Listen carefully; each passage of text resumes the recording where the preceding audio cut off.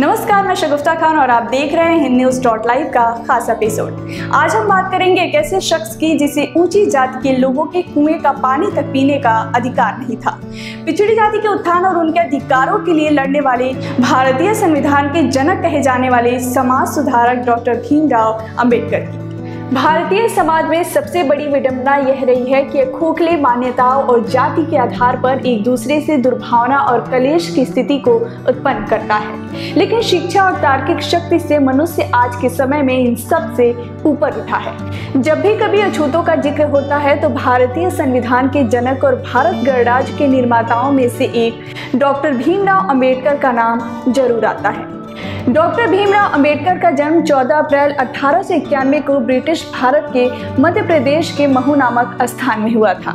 इनके बचपन का नाम भीमा था। इन्होंने बचपन से ही दिल को दहला देने वाली, रूह को कपा देने वाली, तंग कर देने वाली कठिनाइयों के दौर से गुजरे हैं। इन्हें बचपन से ही पढ़ने की बहुत इच्छा थी, लेकिन दलित समाज में महर जाति में जन्म होने के कारण इनको शिक्षा ग्रहण करने का अधिकार नहीं था।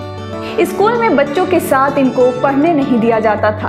एक बार कुएं से पानी क्या पी लिए, इस पर भी उनको बहुत मार सहनी पड़ी।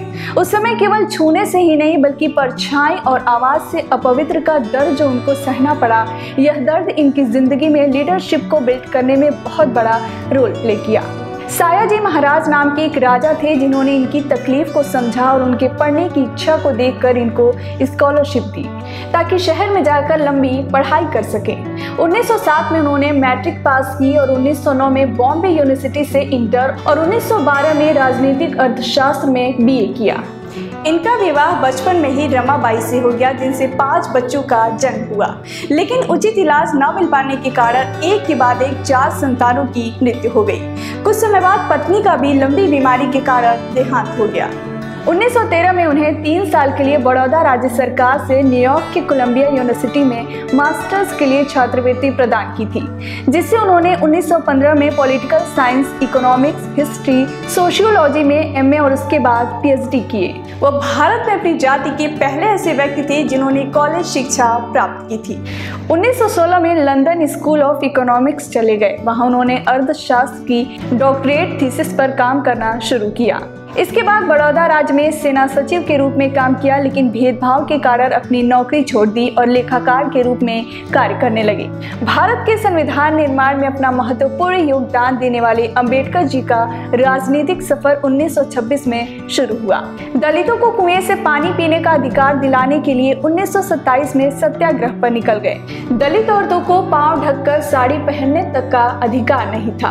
उन्होंने पहली बार औरतों को अधिकार दिलाया। उसके बाद इन्होंने पूरे कम्युनल इलेक्टोरेट की मांग की, लेकिन इस पर गांधी जी थोड़ा अड़ गए। वो मानते थे कि अंग्रेज मिलकर सारी जातियों को तोड़कर अलग करना चाहते हैं। गांधी जी बताया कि अगर जाति के आधार पर देश को अलग किया गया तो स्वतंत्रता नहीं मिल पाएगी, इसलिए उन्होंने वहां पूमा पैक्ट साइन किया और अंबेडकर जी रिजर्वेशन कंट्रोल में कर लिए।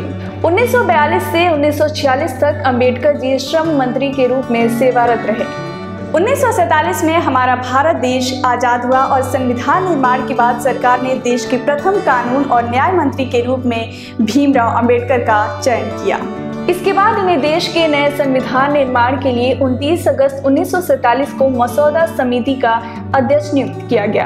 आगे चलकर इन्होंने हिंदू कोड बिल और महिलाओं के लिए कानून के अंदर कई बदलाव लाए। अंबेडकर जी वो पॉलिटिकल लीडर नहीं थे जो सत्ता के लिए लड़ते थे, ये देश में कमजोर लोगों को बराबरी के हक के लिए लड़ते थे।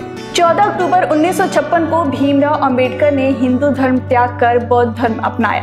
1952 में भीमराव अंबेडकर जी को राज्यसभा का सदस्य चुना गया। 1990 में अंबेडकर जी को भारत रत्न से सम्मानित किया गया।